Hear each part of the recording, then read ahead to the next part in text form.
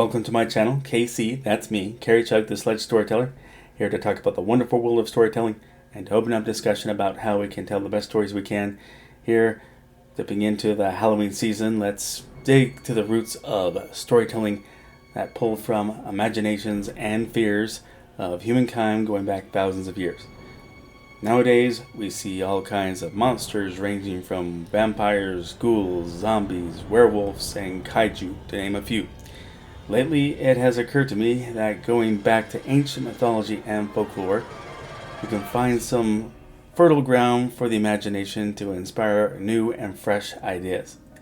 So I thought, again, in the spirit of the Halloween season, I'd do some research and give you some timeless monster tropes. Starting with the one that comes to the forefront in most people's mind during the Halloween season. Now, it seems to me that the first and foremost imagery in the minds of most when it comes to the vampire is Bela Lugosi as Dracula. His face is timeless, but truthfully, I make no fuss over the Twilight verse. It helps, I guess, to never have bothered with the books or the movies.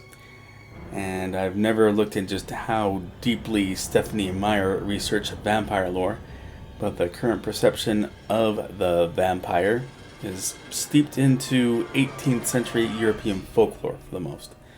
And leads me to say, pump the brakes and give the whole genre a fresh coat of paint by going back to the purely primitive beginnings.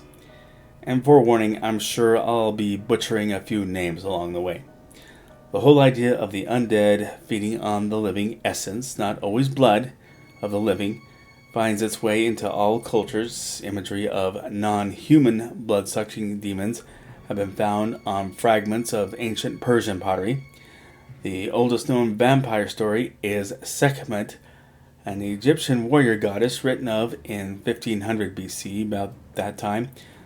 Also a goddess of death and healing, and daughter of the sun god Ra. After murdering people, Sekhmet drank human blood to empower herself.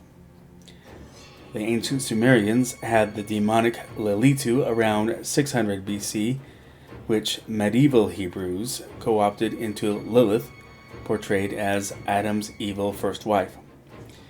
Greek mythology includes Empusa, a demonic seductress of men, Mormo, a thematically owl and bat hybrid, and Lamia, and both of those last two were their demons bent on rampant infanticide.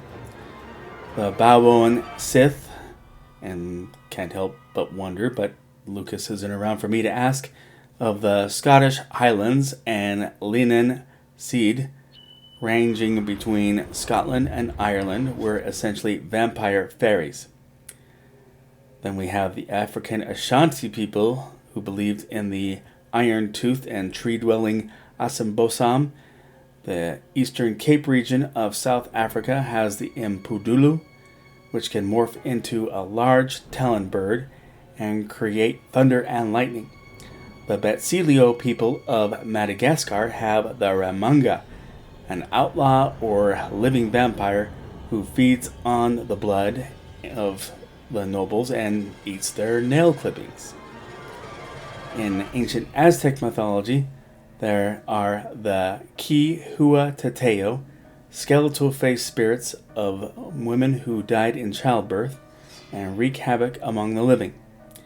Jiangshi, sometimes called Chinese vampires by Westerners, are dead people normally reanimated by magic. Then mythology based in Sri Lanka tells of Riri Yaka, the blood demon, and is spoken of as a giant towering over his victims. His face is blue with blood splotches, and red rays radiate from his bloodshot eyes. Now, if I stop right here, I'm going to get all kinds of backlash over how so many of these are, they found their way into multimedia in books, comic books, anime, and video games. I'm just pointing out how these are vampires that are worth more consideration so that the mainstream media audience can know that there's more to the vampire trope than the castle-dwelling counts and sparkle. and I'm kind of in the mood for more of that to be at the forefront. But that's my take on the broader vampire spectrum. Thank you for watching. Agree, disagree, or something I left out? Please let me know in the comment section. If you like this video, please click like. If you like this channel, please click subscribe or follow me on Instagram. As always, the link to order Sledge number 1 and number 2 is in the description below, available in both paper and digital formats. Or Sledge number 1 is available in both formats on Kindle.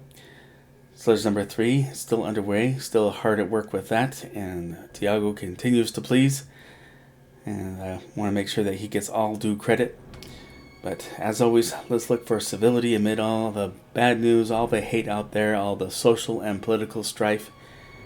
And, let's look for friends. Let's not expect any enemies. But thanks for watching. Everyone be safe, and God bless.